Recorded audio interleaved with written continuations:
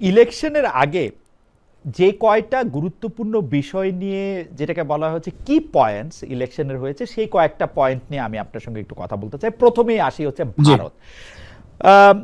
ভারতীয় আধিপত্যবাদ, শেখ হাসিনার সাথে ভারতের সম্পর্ক বা শেখ হাসিনাকে টিকিয়ে রাখার জন্য ভারতের তৎপরতা, যেভাবে আমি বলি, বা শেখ হাসিনা চলে যাওয়ার পরে ভারতের আশ্রয় দেওয়া, যে কোনো প্রসঙ্গেই ভারত প্রসঙ্গ বারবার ঘুরে ফিরে এসছে। কিন্তু দেখা গেছে জামাতে ইসলামী সর্বোচ্চ নেতা, আপনি জানেন যে ডক্টর শফিকুর রহমানকে আমি এই প্রশ্ন করেছিলাম যে ইন্ডিয়ার সাথে একটা বৈঠক করেছিলেন, যেই বৈঠকটা আবার ইন্ডিয়ার সাজেশনেই গোপন রাখা হয়েছিল। আবার আমরা ভারতের বিপক্ষে নানা রকম অবস্থান জামায়াত ইসলামীর দেখলেও কতগুলি ফান্ডামেন্টাল ইস্যুতে কিন্তু দেখি না যে এইটা আপনি আসলে কি ব্যাখ্যা করবেন। ফান্ডামেন্টাল ইস্যুগুলি আমি আসলে আপনি চাইলে ব্যাখ্যা করতে পারি, বা সময় নাই আপনি বলতেও পারেন। আপনি যদি বৈঠক করে বৈঠক গোপন রাখার প্রসঙ্গটি যদি একটু বলতেন। আমি আমি বলি, হ্যাঁ, জি ধন্যবাদ আপনাকে, জি ভালো প্রসঙ্গ তুলেছেন। যদিও এটা আমির জামাত একবার এটা পরিষ্কার করেছেন। আমির জামাত যখন তার হার্ট সার্জারির পরে অসুস্থ অবস্থায় বাসায় সময় কাটাচ্ছিলেন, তখন আমাদের সরকারের, তখন অন্তর্বর্তীকালীন সরকার ছিল, অন্তর্বর্তীকালীন সরকারের কোনো কোনো উপদেষ্টা, সরকারের গুরুত্বপূর্ণ ব্যক্তি, বিভিন্ন রাজনৈতিক দলের নেতৃবৃন্দ আমির জামাতকে অসুস্থ ভাবে অবস্থায় দেখতে আসছিলেন তার বাসায়। এরই ভেতরে ইন্ডিয়ান হাই কমিশন থেকে ফোন করা হয়েছিল আমির জামাতের অসুস্থ অবস্থায়, যে আমরা তো ওনাকে একটু দেখতে আসতে চাই। একজন রুগীকে ওনারা দেখতে আসবেন, এটা কোনো পলিটিক্যাল কোনো ডায়লগ ছিল না।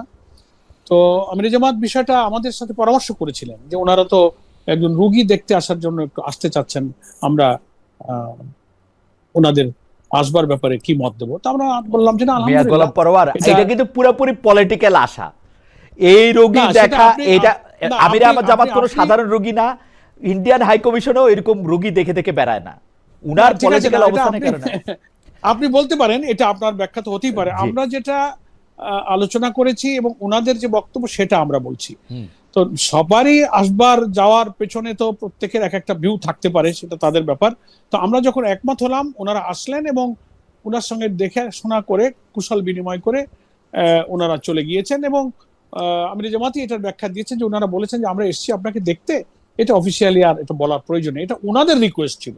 আমরা ইচ্ছা করে এটা বলিনি, এটা গোপন রাখবো, এটা কিন্তু আমাদের কোনো বিষয় ছিল না, ওনারা রিকোয়েস্ট করেছেন। তো এটা একটা কূটনৈতিক শিষ্টাচার, কারোর সাথে কারো আলাপ আলোচনায় আসা যাওয়ায় একটা কার্সি সৌজন্যতা আমরা রক্ষা করেছি, এখানে আর কিছু নেই। সেকেন্ড থিং রয়টার্স হচ্ছে যে রয়টার্স যখন আমিরে জামাতকে এই প্রশ্নটি করে, তখন কি তারা ইনফর্মড ছিল যে তারা এখানে গেছেন? মানে ওই পক্ষ থেকে কি জানানো হয়েছিল, বা আপনাদের পক্ষ থেকে জানানো হয়েছিল যে তারা এখানে গেছেন, ভারতীয় কূটনীতিবিদরা? এই দেখার পর না, রয়টার্সের একটি প্রশ্নের জবাবেই আমিরে জামাত প্রথমে বললেন যে হ্যাঁ, ইন্ডিয়ান জি কূটনীতিবিদরা আমার সাথে দেখা করতে এসেছিলেন, কিন্তু বিষয়টি তাদের অনুরোধে আমি এইটা আর পাবলিকলি বলি জি নাই। জি এটা ছিল হচ্ছে আমিরে জি জামাতের ভাষ্য। তো রয়টার্স ওইটাই সেটা ওইটাই জানলো কি জামাত ইসলামী থেকে নাকি ভারতীয় কূটনীতিবিদদের থেকে? সেটা আমি কোন এই মুহূর্তে বলতে পারবো না। আর দ্বিতীয় প্রশ্ন আপনি যেটা করেছেন যে ভারতের সাথে আমাদের সম্পর্কের ব্যাপারে, আমরা মানে ভারত বিরোধী যে শব্দটা, হুম। আমরা দেশ হিসেবে ভারতের বিরোধী নই, ভারতের জনগণের আমরা বিরোধী নই, কিন্তু ভারত সরকারের নানান ইস্যুতে যা এদেশের জনগণের স্বার্থ বিরোধী, আমাদের water issue, border killing issue, আমাদের কানেক্টিভিটি ইস্যু, আমাদের ট্রেড ব্যালেন্সের ইস্যু, আমাদের নানান ইস্যুতে আমরা যখন আমাদের সাম্যতা, ন্যায্যতা, প্রাপ্যতার ইস্যুতে যখন আমরা বঞ্চিত হই, ডিপ্রাইভড হই, তখন আমরা সে ব্যাপারেই কথা বলি।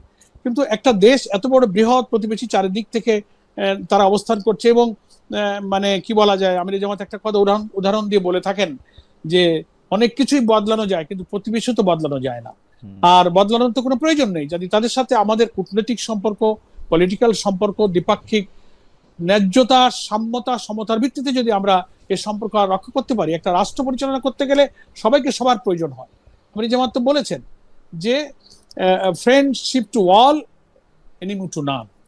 আমাদের এই রিলেশন আমরা মেনটেন করে যাচ্ছি। আমাদের ভারতের জনগণও আমাদের শত্রু নয়, দেশও শত্রু নয়।